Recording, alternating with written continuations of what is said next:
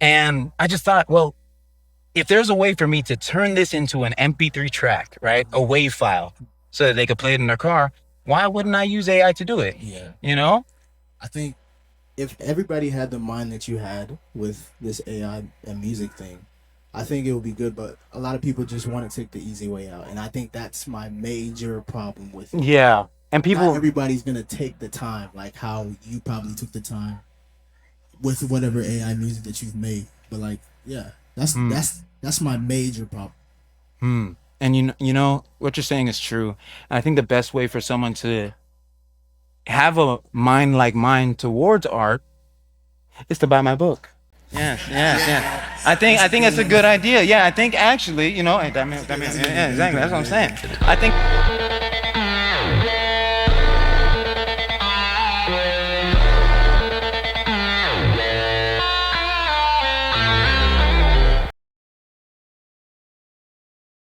The author is nothing without the reader. The reader is nothing without the text.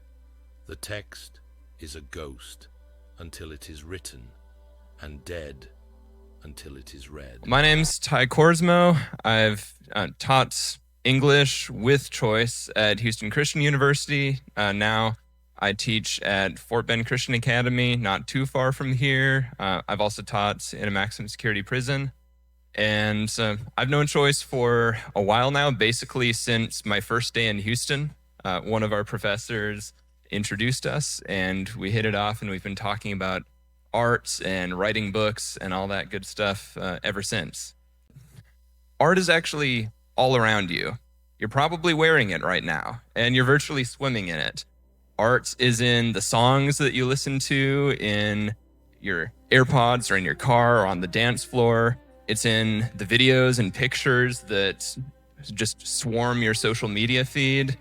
It's in what you watch on TV or what you stream on Netflix or Hulu. It's in the architecture of the buildings around you. Art is everywhere. It's in the billboards you drive by on the freeway. It's in your car is probably a work of art, unless it's a Cybertruck. A lot of people nowadays will say because of AI, distraction, consumerism, whatever it might be, art is in danger. But what we also often forget is that art can be dangerous. Art is powerful for good or evil. The reality is that all art is actually subconsciously whispering a message to you that you're not in control of. You don't control what message the art is telling you. If you're paying attention to the message, you're aware of it, you can actually control whether it influences you. If you're not aware of it, then it's going to influence you whether you want it to or not. As Choice writes in his book, art doesn't enter your mind through the door of logic. It seeps in through the floorboards of the subconscious. All art really, what Choice will tell you, and I agree, is it's not just something fun, something to entertain. It's also wrestling with ideas. It's wrestling with truth. And all good art is an attempt to sort of capture a true idea and give it flesh, give it bones, make it visible, audible, tangible. What his book is designed to open your eyes to, among many other things, is the ghosts, what he likes to call them, the ideas that have some relation to truth, right? Some ghosts are better than others, he would tell you, but if you are a reader, which you are whether you think about it or not, whether or not you actually read books, you're still viewing art, you're still taking in art, and he would call that a reader. He'd also say you're all artists, right? Even if you don't run around prancing in a French beret and a flowery scarf, right? You're still an artist because your words, your actions, your appearances, everything with varying degrees of consciousness, might be subconscious, is designed to present yourself to the world as a work of art in some sense. You're trying to bring some idea into the world, sort of actualize it in your life. The other thing is that his book is designed to inspire you, if you are an author, an artist, to help you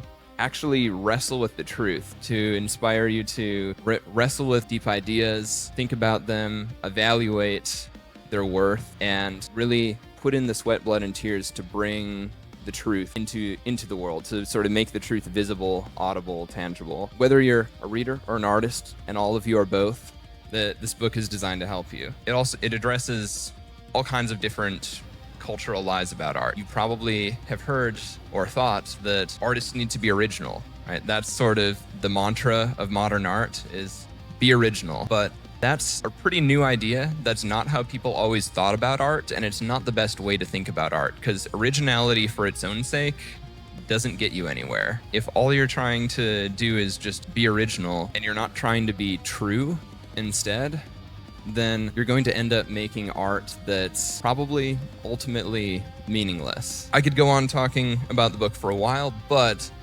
I should let the author himself introduce the book to you. So, again, this is Choice. You all, at least most of you, probably know him and love him. Good. All right. Thank you. That's my brother Ty right there. He's awesome. We have very different teaching styles. He's more consistent than I am, I'd like to say. But we met during our master's program, and we've been friends ever since. And really, everything that he was saying was true. That concept of originality, it's something that we've become obsessed with in this time. We've become obsessed with being original, and we don't concern ourselves with the truth that much. In fact, oftentimes people see the truth as a crutch, or the truth is like this barrier that they want to break. But in actuality, the truth is like the lines on a basketball court, right? Originality is shooting the ball from the stands, but you don't get any points for that, right? There is a way to play the game, and you certainly can create beautiful works of art from within the court, right? From within the court. But before we even dig into that with originality, I want you guys all to know what a triumvirate is in the first place. Who here knows what a triumvirate is? It's a word that we don't use anymore. I understand if you don't know. Okay. A triumvirate is something like a man-made trinity, all right? It's something like a man-made trinity. And to talk about it, I'll read from the True Triumvirate here, right? Art, the True Triumvirate, so that we can have an idea.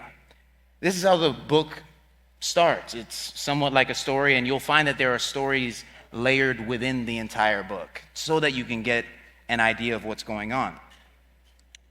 In 60 BC, Caesar strode up to the city walls on a white stallion to meet his allies. Pompey and Crassus saw him and called Julius at the same time. It was Pompey who proposed the idea to Caesar, for he knew that he could not actualize the triumvirate himself. The man who made it happen dismounted from his white horse to join them. Julius Caesar was like Jesus Christ to the people of Rome. Pompey possessed great power in the political sphere, and Crassus carried the most coin. Their triumvirate was newly formed, but its nature had already been tested against their political enemies. We cannot let them undermine us, warned Crassus. Too much is at stake here. They all stood enraptured by the ramparts for a moment before Caesar spoke. United, we can steer the Senate back on the proper course. He rested his hands on their shoulders. This triumvirate is our best hope of restoring Rome's former glory. So a triumvirate is a group of three men who agree to run an entire government together, right? We love the number three. There's something about the number three, right? We have three branches of government in America today, but this was a time in Rome where they thought it'd be a great idea if the three of us had equal power. Now, if you've looked around, Rome isn't here, right? Rome is gone, right? So that idea did not last. In fact, it didn't even last for the entirety of Rome. It wasn't a really good one. Know that Rome was restored to her former glory, though, by their three powers intertwined. They were best when they were together, but being mortal men, it was inevitable that they would be apart. Envy and suspicion were the start. There was a desperate sort of wickedness in their hearts. Caesar stole Gaul for the glory of Rome.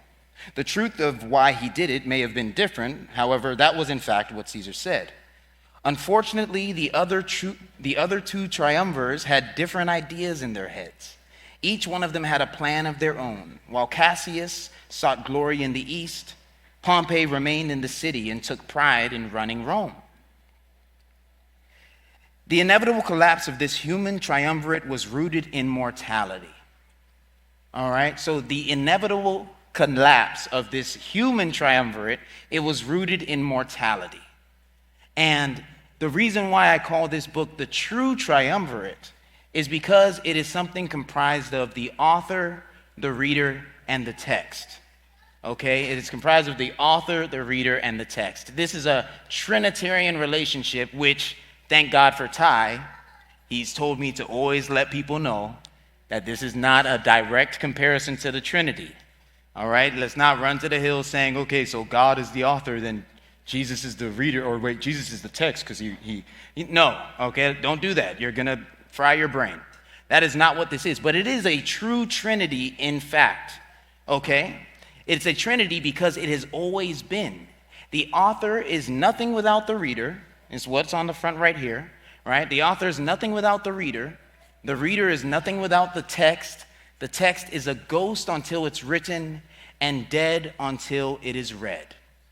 Now, I wrote this quote a week before I started teaching because I wanted my students to see art for what it is and actually know it and want to be with the truth as opposed to just wanting to be original, all right? And to get at this point, to show you guys that the True Triumvirate is something that is very real, I will show you how God the Father, demonstrates this. There is a story, one that appears in both the Bible and the Torah, about a God who speaks the world into existence, not by tool or toil, not by fire or force, but by word. According to this ancient text, he is the only true God and perfect in all his ways. And as such, creation for him is not a struggle, it is speech. The world unfolds at the command of language. Let there be, and there is. It is, and in every sense, the act of divine authorship. This kind of effortless mastery is what we often ascribe to our greatest artists and writers. That sense of the art that flows through them rather than from them. What I find to be even more astonishing is what comes after. This perfect being who made the cosmos by mere speech does not simply move on, he stops. And if you read your Bibles, you'll see this, it happens. He stops and he looks at his work. Guys, Steph Curry doesn't even look at his threes, right? Steph Curry, he'll take a three and he'll look away because he's that good, but he's not perfect, right? For some reason, God found it to be important to stop and look at his work. He evaluates it, he reads, and then only after that act of examination, he declares it is very good. And so what we see actually in that moment in the Bible, you can go and find it, you'll see God, the author, becoming the reader to examine his text. This is something that is true, deep to a biblical level, but you'll see it in your lives, right? All of us here, you guys are all authors. And the text that you authored, we can easily say it's the outfit you put on today, right? Everybody put on this outfit, and that's the text that you have on. And hopefully, how many of us looked in the mirror before we left the house? How many of us became the reader? And some of us don't care as much, right? But if you care about your art, we know that we do this. If you care about your art, maybe you know you're going somewhere special, you craft a text, and then you get in front of the mirror and you become the reader because you can't adequately read it from this angle, right? You have to become the reader and see how you will be seen, right? That is what we do with all the art we create, from the essays we write, from the songs we make, from the outfits we put on, from the way we design our home. You are the author, the reader, and the text at a point, right? And so this Trinity is true. I hope we all understand, and I hope we all agree. I'm going to read off one more section, just the beginning part about the ghost, okay? Because ultimately, this is what is the most important, all right? As I told you guys, the author is nothing without the reader is nothing without the text. The text is a ghost until it is written and dead until it's read. The word ghost is actually replacing the word idea. The text is an idea until it's written. Just like you have an idea of the outfit you want to wear before you bring it into reality, right? But I call it a ghost, and I call it a ghost for a good reason. Oftentimes, you guys have heard it said, show me your friends and I'll tell you who you are, right? That's not super accurate, though, because Jesus had friends, right? And yeah, and all of us have friends. How many people here have a friend that if you heard they did something crazy, you'd know that it was true? You know, right? And if somebody was to try to gauge who you are by that guy or girl, they wouldn't have a good idea, right?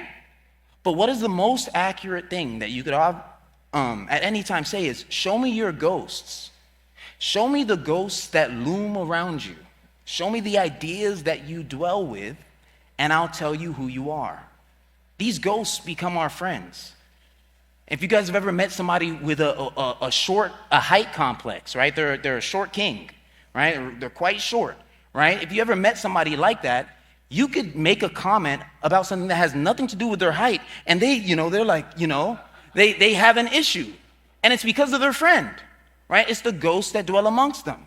And it gets darker too, because sometimes the ghost that's looming over somebody's shoulder is something like racism, right? Grandma, she's 83 years old. She opens her front door. Little white boy selling Thin Mints. She slams the door. She saw a ghost. You don't know what she's been through, right? You don't know what she's been through. She's seen a ghost. And if you start thinking about these things in this way, if instead of you just looking at people, you're trying to look at the ghosts that are looming around them, it'll make you have more sympathy for people. When you meet that person who is burdened by their height, or you meet that person who is burdened by race is a big part of their life, or you meet somebody who's burdened by nationalism, or they're burdened by some strange ghost, right? Anything that's not the Holy Ghost, right? It's something that is actually burdensome unto them, right? It can help you have more sympathy for them, because you realize it's not you. It's these ghosts looming amongst you. And it's a part of why I believe Jesus said, Father, forgive them, for they know not what they do. Because it's these ghosts, right? And so what I want to be the case is that by the end of this, and by the time you're done reading this book, if Ty wants to really communicate with me and make me smile, and my older brother too, Royal too, anybody that knows about the True Triumvirate, they refer to ideas as ghosts. When we're talking about things and someone thinks something that I don't think is racist, they think it's racist. I'm like, oh, instead of talking about that person, I just say, oh, he's burdened by the ghost. There's a ghost looming over him, right? I believe that if we wrestle with this book, we can get to that place, and you'll start to think deeper about things in general. You'll start to think about what kind of ideas are put into my head by this song I'm listening to? What kind of ideas are put into my head by these movies that I'm watching? If you think of them as ghosts, you might start to realize that you're haunted. And we don't always want that. All right. So now we get to talk about everyone's favorite topic, AI.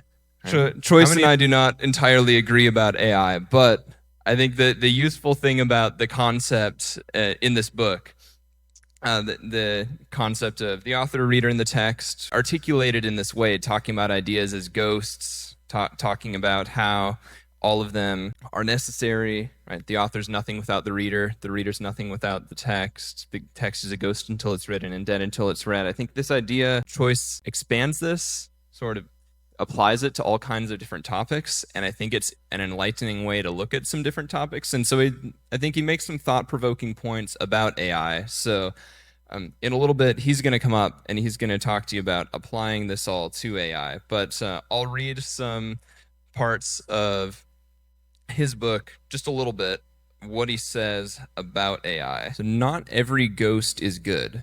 Not every ghost deserves a body. Not every idea deserves a pulpit. There is a sacred responsibility in authorship. The good author discerns. They weigh. They watch the ghost before giving it form. AI, for all its grandeur, does not know the difference. It aims to provide the masterpiece of all that has been said, but not all that can be imagined. It is the librarian of our moral memory, not the prophet of our potential. It gathers texts. It has no ghost. It does not hear the silent weight of the unspoken. It cannot discern between the wisdom of Solomon and the cleverness of the serpent. It does not know what we have not yet dared to name, and this is its ceiling. The good author is gladdened by this. They smile not out of arrogance, but relief. They know that the ghost still prefers the willing vessel to the flawless archive. That possession is more precious than perfection. The bad author, on the other hand, feels forced to work. They envy AI's ease. They resent the slow labor of listening to the ghost. They forget that what they call work is only what birds call flight. It is the natural act of divine intelligence at play. The bird does not sweat to build the nest. It builds because the ghost of the nest is in its bones. Likewise, intelligent reasoning, true authorship, is not a grind. It is a gift. The human mind is not just a machine. It is a temple. It is the place where ghosts are hosted, honored, and sometimes obeyed. Artistic intelligence, then, becomes dangerous when we stop caring whether the art is true and settle instead for whether it is satisfying. AI is satisfying. It gathers what is masterful, but it does not know what is right. It can imitate all styles except sincerity. It can parse every truth except the living one. Because AI is not possessed, it is programmed, and yet, only the true triumvirs can understand this. Only those who believe in the true triangle of author, reader, and text can see the truth that AI is currently the greatest work of art on the planet. But like every great work of art, it is also a mirror. It reveals who we are. It reveals what we worship. It shows us what ghosts we have already bowed to and what names we refuse to utter. AI did not invent its brilliance. We did.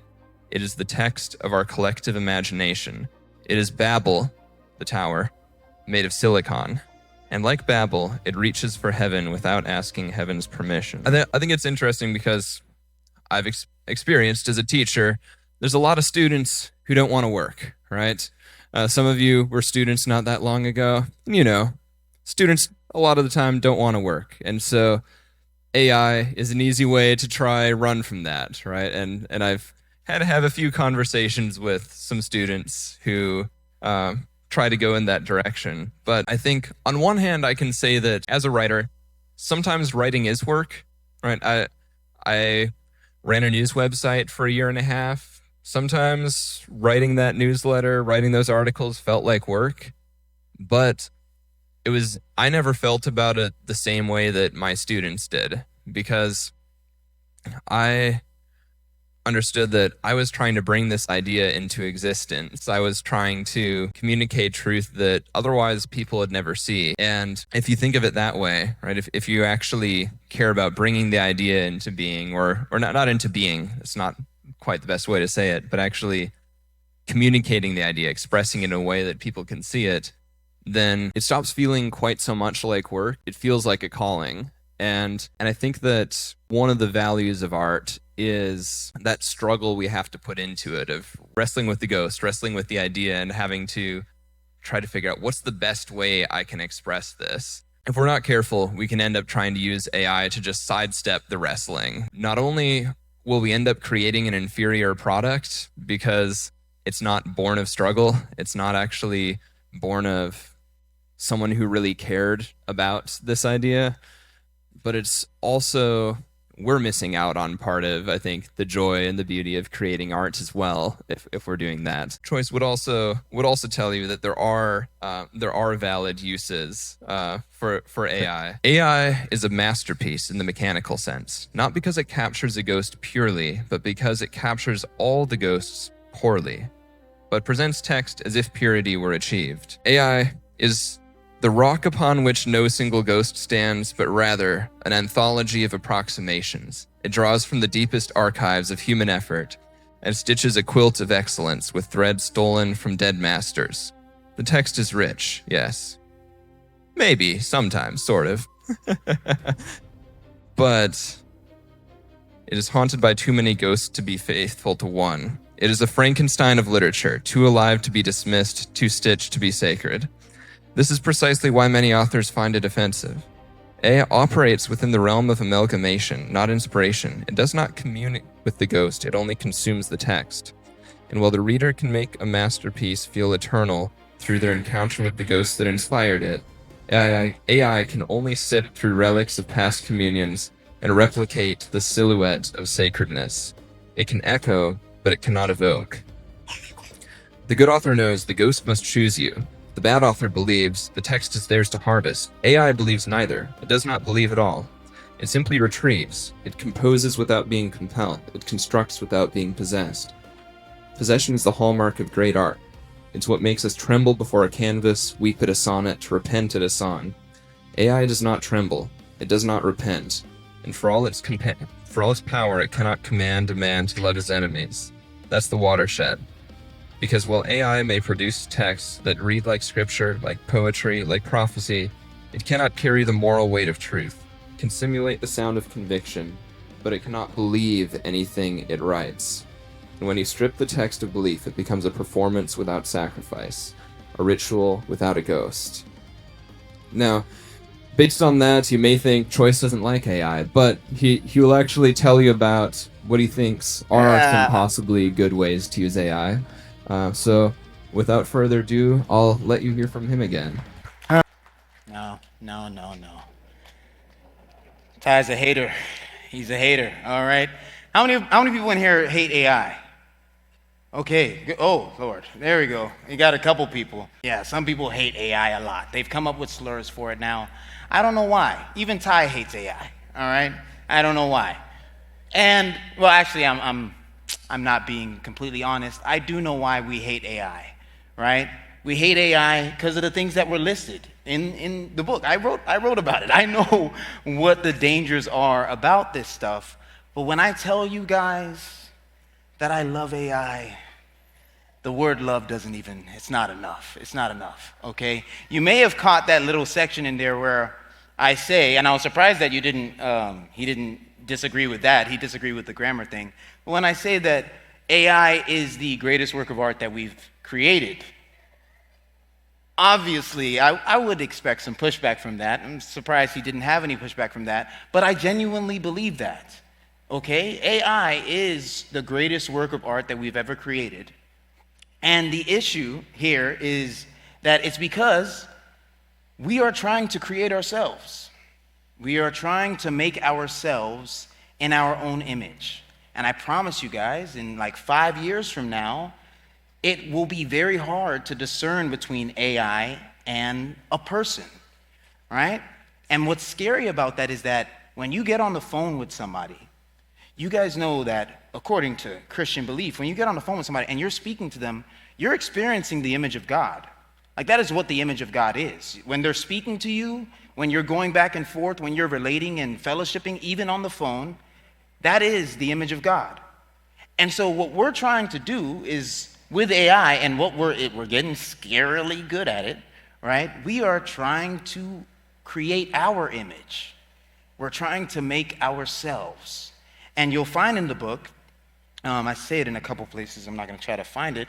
You'll find that I say that we are the greatest work of art that God has ever created.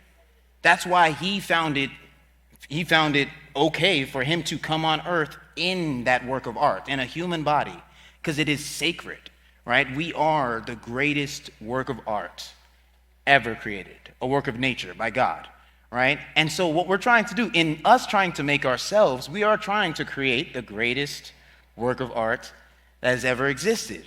And now I know the gripes that we have with this thing, right? There are issues with technological advancement. Do you guys know that when the photo camera came out, painters were mad?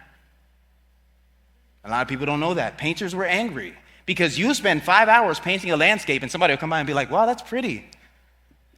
And they would leave. Like, that's what would happen, right? And you would think, like, I just put in all this work, and then you took and there were growing pains with that.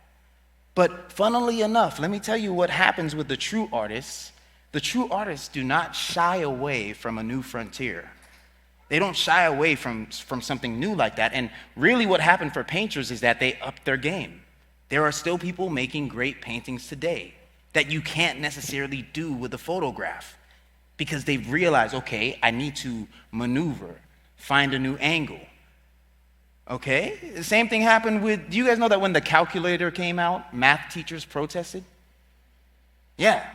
When the calculator came out, math teachers protested. Now, I believe you could take the SAT with a calculator, right? You take it, yeah. You can take government tests with a calculator.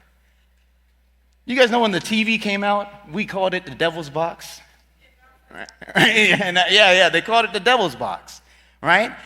All I'm doing is trying to point out a pattern here and maybe awaken us to the fact that you might be in that pattern because it's always amazing. Can you imagine not having TV and then now there's a black box that has people in it, right? Can you imagine not being able to, like, you don't even know what email is. Mail has always been physical and now suddenly it's digital, right? These things constantly happen, and in every single instance, there are people calling AI clankers. There are people saying AI is the devil. There are people saying the TV is the devil. There are people saying the internet is the devil. And the truth of the matter is, we have to understand that that is what art is. Art is this dangerous beast where, yes, just so you guys know, I believe it's like over 60% of internet usage is for like licentious things, right? Horrible things, right? Over 60%, like it's more than what people use it for regular stuff. But does that mean that we should get rid of the internet? No, right? Ty just shrugged his shoulders. He doesn't know. Maybe we should get rid of the internet. He wants to live in the trees or something. No, right? We need to stay up to date with this stuff. And AI is the newest frontier. A lot of people take issue with it.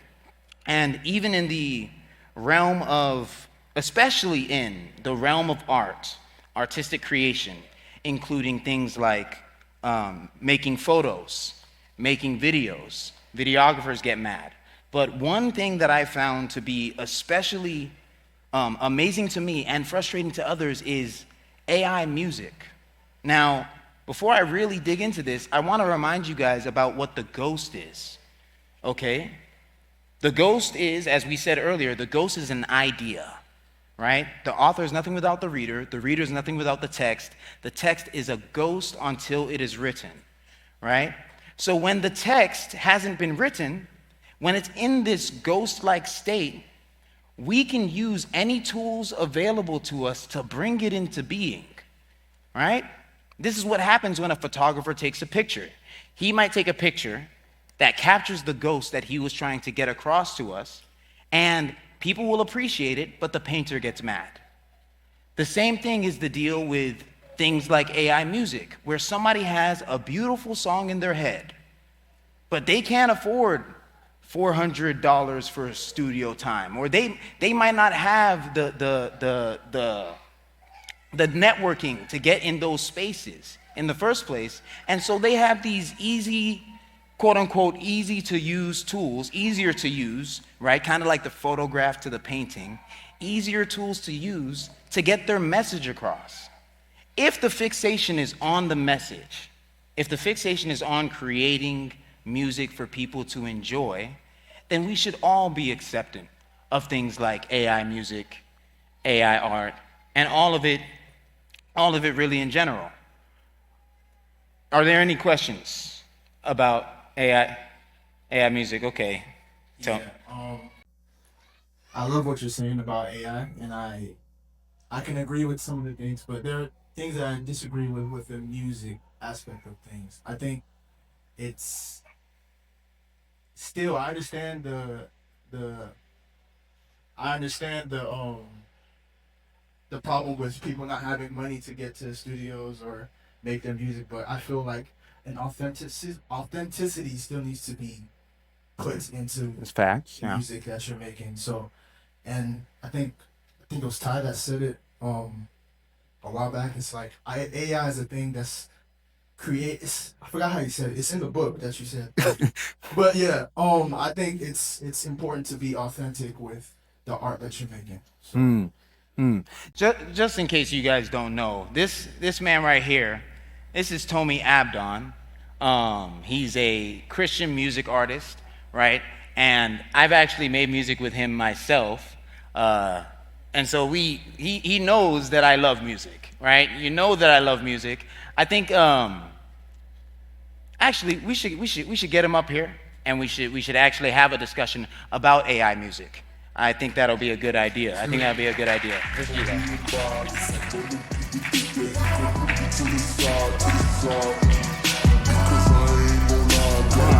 Quickly. Hey, brother. So I'm gonna make a point. Say my words, he said. I gotta stay in that place, the only way I can get. This type At of an peace angle. ain't regular, it really ain't from this planet. Yes, that's good. That's good. I gotta seek his face and water that seed he planted. I need more of your word, I need that food I'm famished. He told me stay All on right, guard, the flesh is so much damage. Cut it off. So the flesh gotta die today.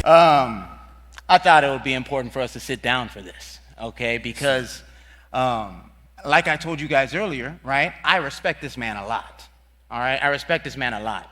I think it was like 6, 7, 8 years ago, we'd be in the studio together trying to make music, right? We'd be in the studio together trying to make music for like hours. And I would be, now what I'm about to say is, it might be a bit triggering to him, right? Because I've had this experience with the AI music that I've made, and we're gonna dig into that. But when I was in the studio with him, much like my experience in wrestling with this AI music, in order to make the beats that we made, was I not prompting you? In a way, you can say that. Okay. You can say that. Okay. Yeah. But I think the term that is used in that lane is you're basically producing the music. So You were producing it. no, you were producing because pretty much you just tell me what you want and I'm just doing. Yeah, and it would get, I would get tedious with it, right? I'd say Yeah, kind a little bit. of ridiculous things like you know. Out my range of expertise, Yeah, but it's like I want to hear like leaves blowing over a giraffe or something, and he wouldn't know what I meant, but somehow he'd get it done, right? Somehow he'd get that point across, right? But every single time, I think it's true that, and I think you've had the same experience with my brother, where there's no way that you could have made the beat without me coming in with the ghost in my head, right? So there's a ghost I've been dwelling with, right? There's an idea that I have. I come into the studio, and it's in wrestling with you that I try to get this idea across, right? And so there's definite authenticity with that, right? But what would you say if somebody said that I didn't make the song, that you're the one, since you made the beat, right? You made the beat, you'd mix my voice, right? You make sure that my voice don't crack, because I can't really sing. You do all those things. People often say, like, the producer made this whole song, basically. Yeah, they can say that, but in hindsight, the person that came into the studio and the space with the idea is the person who created everything, pretty much. So okay. Because if you didn't come in the studio with your idea, I don't think whatever came out from that session would have come to be. Okay. And so what if I said that that's similar to what I'm doing with AI? I would say you could be right in that aspect. I think my problem with it is the fact that, like I think Ty mentioned, the fact that the work that was put in, all the struggle into making the music is not there. You just type in a bunch of things that you want AI to do, and then it spits out whatever music. Yeah. So I feel like it's a lazy avenue into making art or music. That is true, that it can be a lazy avenue, and we definitely did put in a lot of work, right? And one of the things that it's written in the book, Ty talked about, is that AI can't have an actual response, right? Like it can't be an actual reader. There were times in the studio where once I showed you the ghost, right, and you could see the ghost, you do something new, right? You do something new on the keys that I'd be like, oh, I didn't think that was possible. And it's because you're also an author and a reader, right? That's the thing that the AI is lacking. But let's say that you wrestled with the ghost actually, right? And you wrestled with the AI actually. Like instead of you just typing in anything, you like put your foot in it. Like you typed in something and then you rendered it out, and then you rendered out another one, until you found this piece that you love, and then you go into that, and then you edit that, and you tweak that so that it's something that you think might be good for people. Like, what if you put in 2 hours, 5 hours of work on an AI song? Is it valid? I think I haven't seen anybody do it just yet, but I think if someone took their time with it, just like how they take their time in the studio, I think something beautiful can come out of that if you're actually putting in the effort. And I feel what you're saying. So I think a key word with AI in general is integrity. I think a key word with AI is integrity. I think just like a lot of things, if you're not ashamed of it, right, you don't need to hide the fact that you're using it, right? And a lot of people in work emails, I've even heard a pastor finish his sermon with, "Would you like any more additions to your sermon?" Like he accidentally read the end of his sermon that AI had written for him, and he read the part that said, "Would you actually?" And it's like, hey, you're you're not being honest, right? You're not practicing integrity. That's not to say that a pastor couldn't come with an idea about the scripture, right? Talk with an AI bot about it, and maybe it points at a different scripture they could refer to, and then they integrate that into their sermon. That's them using AI essentially in their sermon, but with integrity. Okay. And so I think that integrity is the cure. But that doesn't mean that a lot of people won't be using it like what you just said, where they just type in anything and then it comes out with something. But if we actually have integrity, and if we actually wrestle with the ghost, right? Like you actually have a good idea. I think you can make some good music. I've made some. Oh, really? Yeah. I've actually made a lot of AI music, and it's because I write. None of it is really in the book, though there is some poetry in the book. I write a lot of lyrical poetry that I sing to myself in the car, or sing to myself in the shower, sing to myself when I'm going places, and it's just what I do, right? But I thought, I love these songs, and to the point where my fiance, sometimes she'll sing a song that I sing all the time. Or my nieces and nephews, they'll just scream out Lazarus, because that's one of my songs. They'll scream out that song and then they'll do the thing, right? Wow. And I just thought, well, if there's a way for me to turn this into an MP3 track, right, a WAV file, so that they could play it in their car, why wouldn't I use AI to do it? You know? I think if everybody had the mind that you had with this AI and music thing, I think it would be good, but a lot of people just want to take the easy way out, and I think that's my major problem with it. Yeah, and people. Not everybody's gonna take the time, like how you probably took the time with whatever AI music that you've made. But like, yeah, that's my major problem. And you know what you're saying is true. And I think the best way for someone to have a mind like mine towards art is to buy my book. Yes. I think it's a good idea. Yeah, I think actually, exactly. That's what I'm saying. I think it's a good idea. If you bought the book and you wrestled with it, you'd probably feel a type of conviction about it's like just throwing something out there, like just mashing something up and throwing it out there. You wouldn't feel like you actually gave the art your all. And so do you want to hear one of my AI songs? You're down to hear it? Yeah. Okay.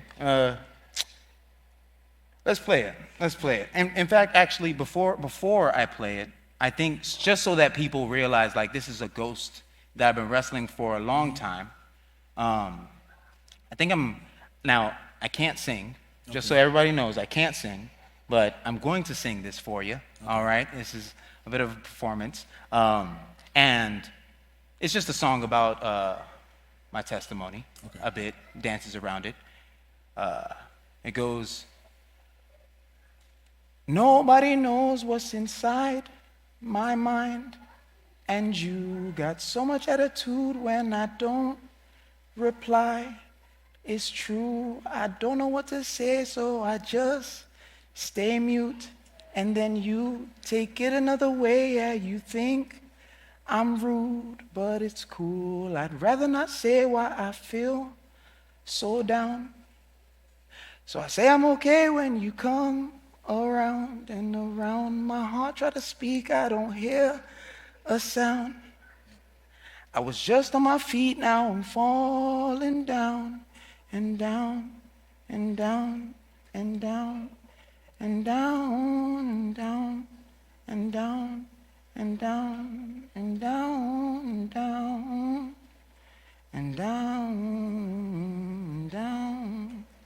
And after Yeah, he talking about he can't sing. I can't. After that part, there's a part that comes next where I sort of the voice of God comes in, and he says, "If it was just me, then I would never bring you harm. Wrapped up in my arms, I'll catch you in my arms. If it was just you and I, you would never fear in mind. You know that you were mine." It's crazy. "The apple of my eye." And then, sorry, what the heck is happening, bro? I don't know why I'm tripping. All right, hold on, wait. Hold on. And then I come back. I don't know if I could do this because for some reason my voice is tripping. I'm not crying. I don't know why my voice It's is okay if tripping. you are. Okay, it's okay. But then I come back and I say, "Well, I hear you now, but how to live my life, I just don't know how. Been looking for a wife in places that's foul. Been fighting for my life, I throw in the towel. Now, I want to make you proud. I'm calling out your name, I'm calling so loud. Your word never change along with the crowd. And you're standing in so I can stand out." It's bad. It's a good song though. Yeah. It's a good song. Yeah. And it's a song that I wrote like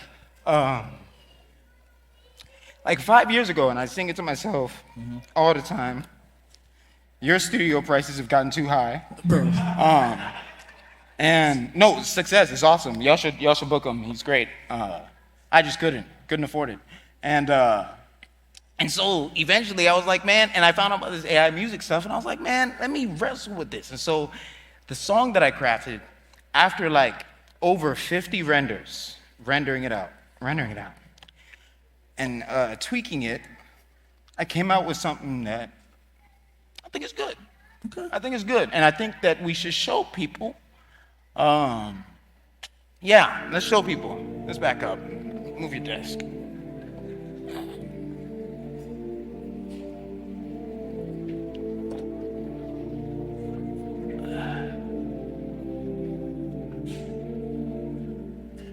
Nobody knows what's inside.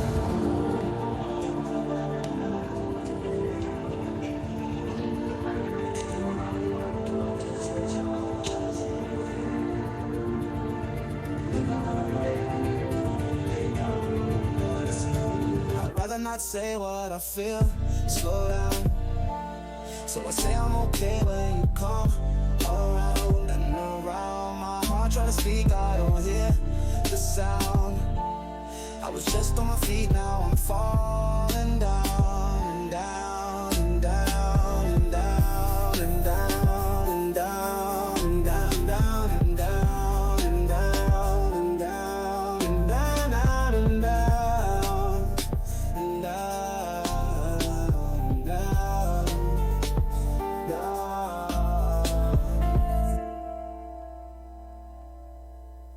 If it was just me, then I would never bring you harm. Wrapped up in my arms, I catch you in my arms. If it was just you and I, you would never fear in mind. You know that you were mine, the apple of my eye. Well, I hear you now. Battling my life, I just don't know how. Been looking for a wife in places that's far. I'm fighting for my life, I throw in the towel. Now, I wanna make you proud. Jesus, I'm calling out your name, I'm calling so loud. Jesus, your word never changed along with the crowd. standing in so I can stand out now.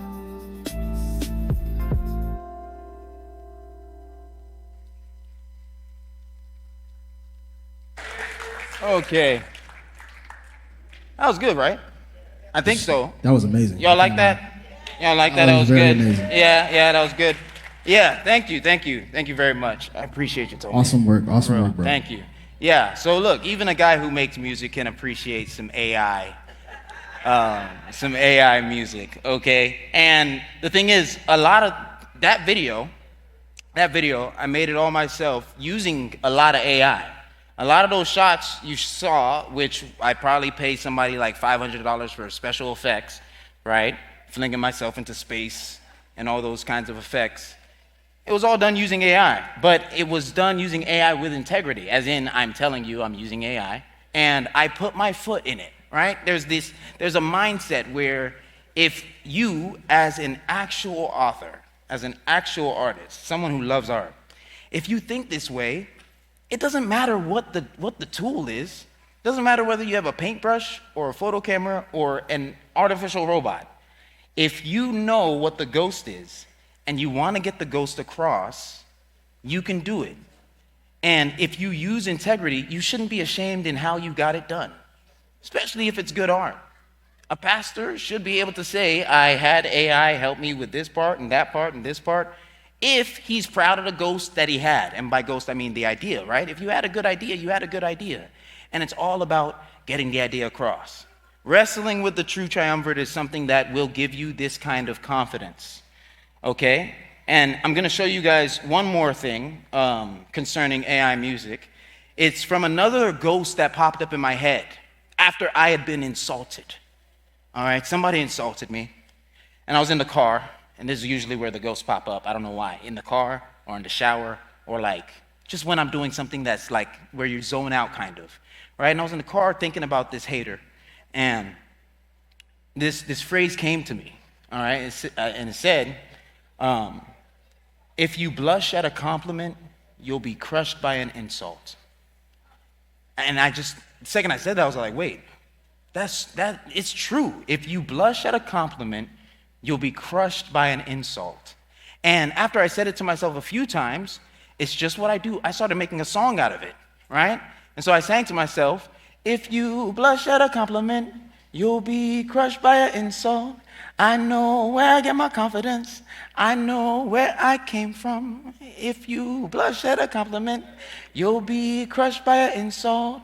I know where I get my confidence. I know where I came from. And so this is something that I sing to myself just to get myself going, right? And how many of us, do we agree, is that true? Is it true? If you blush at a compliment, you'll be crushed by an insult. Right? And it keeps you in this stasis, in this place where you don't get shifted by what people say. I'm gonna say it one more time and then I'm gonna show you guys the track. If you blush at a compliment, you'll be crushed by an insult. I know where I get my confidence. I know where I came from. Play it one time. All right. And you can hear the melody in it, right? Raise the volume. You can almost say it, right? And it's a vibe. I'm gonna stop talking. If you blush at a compliment, you'll be crushed by an insult. I know where I get my confidence. I know where I came from. If you blush at a compliment, you'll be crushed by an insult. I know where I get my confidence. I know where I came from. If you blush at a compliment, you'll be crushed by an insult. I know where I get my confidence. I know where I came from. If you blush at a compliment, you'll be crushed by an insult. I know where I get my confidence. I know where I came from. If you blush at a compliment, you'll be crushed by an insult. I know where I get my confidence. I know where I came from. You gotta feel that you're confident about your trophies and accomplishments. Turn the money into monument and encourage. transparency into confidence. All this means it's the money that made you. You believe it's the money that saved you. All right, you could cut it. Yeah. And so, oh, y'all like that song, right? Yeah, I love that song. And now, instead of me singing it, I just play a track in the car, right? Something that song took me about like 3-4 hours to make with the AI stuff, right? Like I was wrestling with it to get this idea across, right? And it's something that when I played it for my friends, they're like, hey, bro, please send this to me so I can like just jam it myself. And it's like, that's a beautiful thing. That is what art is meant to be. I promise you guys. That is what art is meant to be. And I don't have, where did I, oh. That is what art is meant to be. And if you wrestle with the True Triumvirate, you'll start to see art in this way where you're just looking for the truth, right? When you hear those words, and that's the key part of a lot of my art, when you hear those words, it's true, so it's good, right? That's what I'm looking for when I listen to music. Is it true? Then it's good. When you're watching movies, is it true? Right? And based on what truth? I promise you, you find the solid truth, right? Solid truth is the Bible, as we know. All right. But the last thing that I will say about this AI stuff, because I know I've harped on it a lot. Okay. Is that AI is not perfect. AI is not perfect. And if you read this book, you'll find that there's a lot of one-liners that get you on the straight and narrow. One-liners that get you in the right place. And I'll just read this one line for us. It's really not about AI, it's about ourselves, but it can apply to it as well.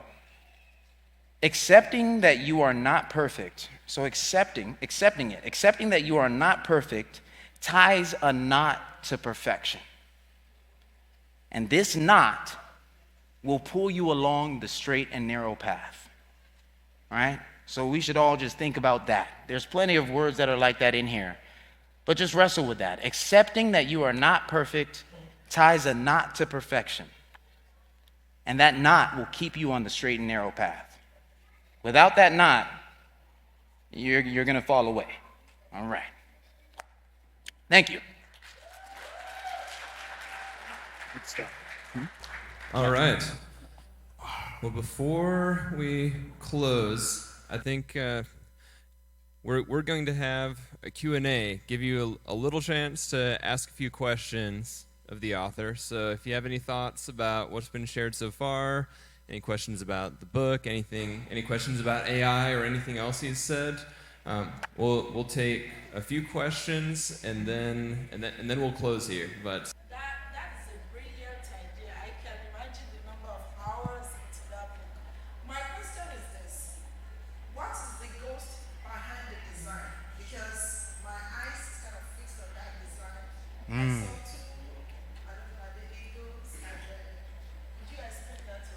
That's actually a really cool question. I thank you so much. Yeah, so a lot of thought went into this design as well, right? A lot of thought went into this design. And so you were right. You said that the two things on the side were ghosts. Oh, like eagles, they could look like anything, right? But I wanted them to be ghosts, okay? So they're like ghosts, but like ghost-like angel type things. I tried to create like an image of a good ghost, right? But the 3 T's, a lot of people have asked me, especially with they're like, bro, is one of the T's the? And it's like, yes, one of the T's is the, okay? And it's because this is the one, right? It's the true triumvirate. There's no other man-made trinity that exists forever like this one, okay? But the reason why there are 3 T's here is because this book is meant to be kind of like it's a ticking time bomb in someone's mind. And even in the imagery is meant to depict the 3 crosses, right? And so you can see it's very subtle. It's very subtle. In fact, you guys, I would normally not go around telling this to people because I want atheists to buy my book, right? I want them to read it because I think this is a time bomb. I don't think you can read this and wrestle with it and stay an atheist. Maybe they can. I can't wait. I can't wait for it to happen. I'll be very surprised. But it's meant to be something that is accepting to everybody. But when you really look at it, right, there's almost a crucifix-like nature to each of the T's. And then the biggest T being in the middle. You could imagine what that is. And then just general Victorian-esque a design around it because I am a fan of that era. But yeah, so the 3 T's are there for the purpose of the True Triumvirate, right? And then it also captures that the 3 T's, the Trinitarian relationship, and it also points to the 3 crosses, Jesus being in the middle one. So it's a subtle idea. Yeah, I'm glad that you asked that question. Thank you. Any other questions? So, Any other question? This is the first book launch I've ever been at, right? Uh-huh. So it was a great production, by the way. My question is, when you started out writing, was your intention to inspire others, or were you just started and then it just turned out the way it turned out? Oh, so I would say from the very beginning I was trying to inspire others. Because like what I said, the reason why I came up with the quote that's on the front of the book, the reason why I wrote that was because I was thinking about my students and how I would get them to be fascinated with literature. Because no one is anymore. It's bad, right? No one really cares about that stuff. So I wanted to start the class, and I've done that since forever, right? I've done that since forever. There's one of my students right there. I start the class talking about the author, the reader, and the text to draw them in and hopefully inspire them. And I even talk about that in the preface in the book.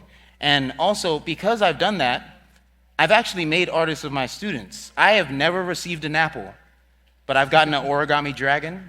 I've gotten a painting. I've gotten plenty of like different sorts of paintings, arts, crafts, poetry from students. And it's because I start the class in that way. They think I love art. If they love art, it kind of brings it out of them. So it's always been for others, honestly. Yeah, it's always been for others. Yeah, thank you.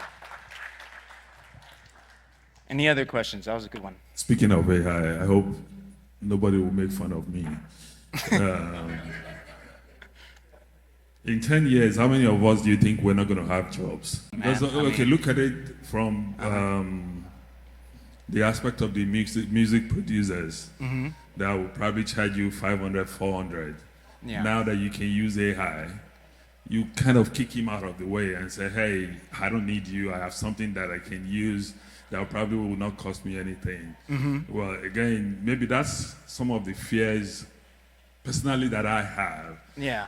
I think a couple of weeks ago, I read on CNN.com that a lot of computer science graduates, they don't have jobs anymore. 2 years ago, 3 years ago, you see them paying them, even people that didn't go to college, just for you to do the certification, you get $60,000, $70,000, $80,000 just like that. But now, because of AI, they don't need them anymore. Yeah. So I think that's one of the fear that we have when it comes to AI. And the bad actors, the way they use it, that they can clone your voice and people will think that's you. And it's very difficult for you to prove that that's not. So, okay, that's great. First, I'm gonna address that last thing you said. The thing about the bad actors, right? A simple one-word way to describe it is the aspect of deception, right? Where somebody can clone your son's voice and then they call you like they're in prison and they need money and then you actually send the money because you hear your son's voice. Yeah, AI is getting really bad. There are scam calls where it sounds like someone you know, and that is a problem. But we have to kind of look at the patterns, right? Instead of us. So the solutions to that problem to a lot of people would be, oh, we need to get rid of this AI, right? Like it's too dangerous. We need to put some restrictions on it. But if we applied the same logic to something like guns in America, right? Someone could say, man, these people are using guns to kill people, right? But we've been killing each other with rocks and sticks, right? Since before guns existed, we were killing each other. In fact, if there were no guns in America, we'd have a lot of stabbings, right? Like that's what would happen. If you look at England, that's what it is, right? So the fact of the matter is that people have been killing people before guns existed. And now if we then apply that to AI, we've been deceiving each other since before AI existed, right? Deception is a part of the playing field. It's what we do, right? And AI is just a new, some could argue, it's not really an argument, more efficient way of doing it, right? And so I just think that we need to, just like with guns, we're not getting rid of them, but we find ways to mitigate the damage, right? And maybe you can have a secret code word with your family so that if you think they're scamming you, you just say like pineapples and they respond with like, I don't know. They respond with something. The AI would never know that, right? We adapt and we work around it. And that also, the adapting and working around it, it applies to the AI music and AI in fields.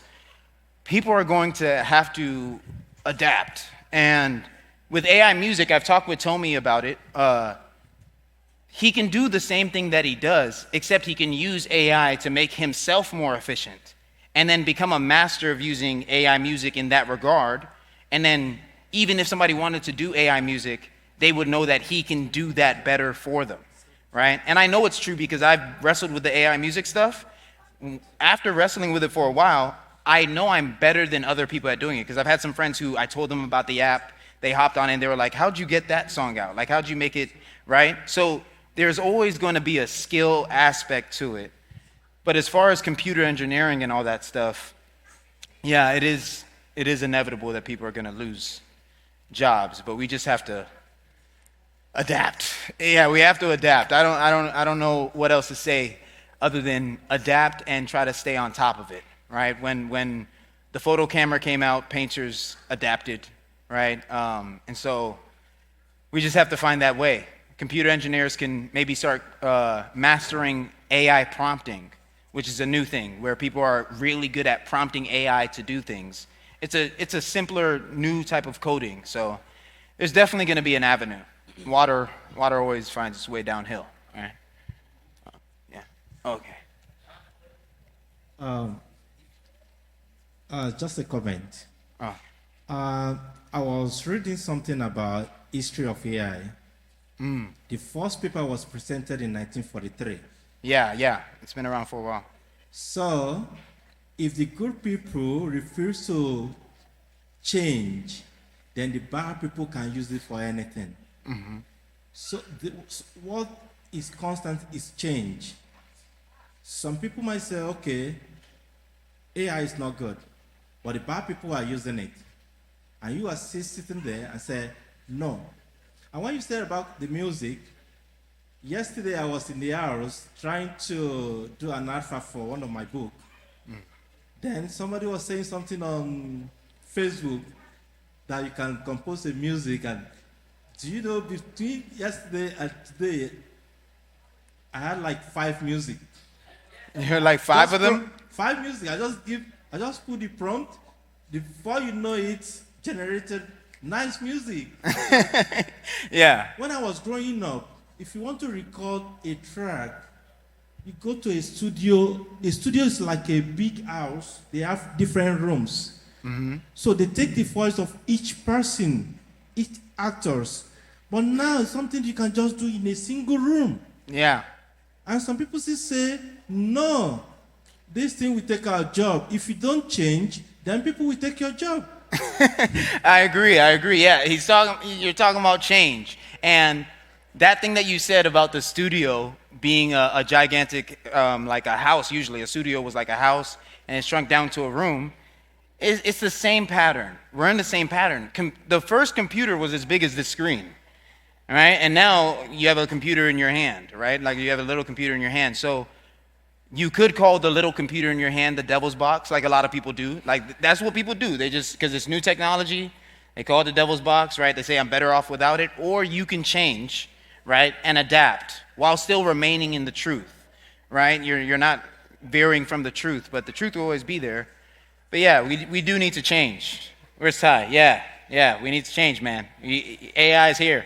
It's here, it's here. What? Jemmy from New York. Jemmy. Oh, Jimmy from New York. He said, of all things you could write about, why did you choose this topic? Because this topic is about all things. Yeah. Got another question. What? Okay. All right. This from Fallout, but she said, when do you believe the text becomes too dangerous for the readers, or is that something that is considered while it's still a ghost? That is relative, right? There are some texts, like one of my brothers in Christ, he doesn't watch worldly movies because the texts that are presented, he's all like, bro, you watched that movie? They were having premarital sex. It's like, yeah, I know. And he's like, bro, you watched that movie? John Wick killed 300 people because of his dog. It's like, yeah, I know, right? And yes, those texts could, for someone, like, there's a place in the scripture where it says, if eating meat would cause your brother to stumble, don't eat the meat around him. And what that means is that there are different, like, someone might be weaker than you in one regard. And so, yes, every text is dangerous. Any text is dangerous.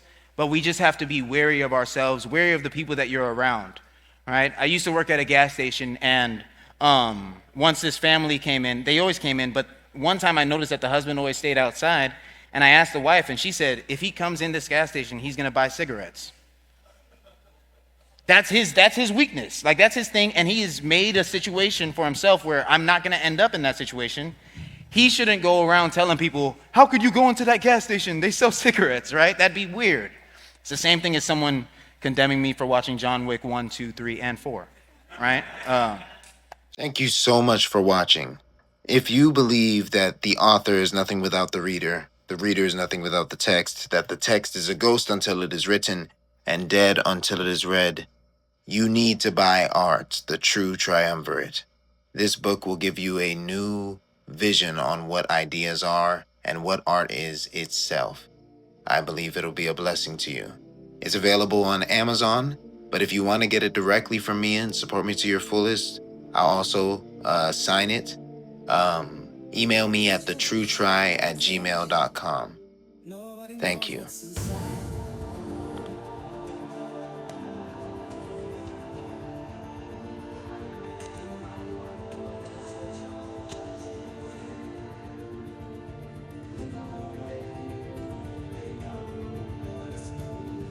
Not say what I feel, slow down.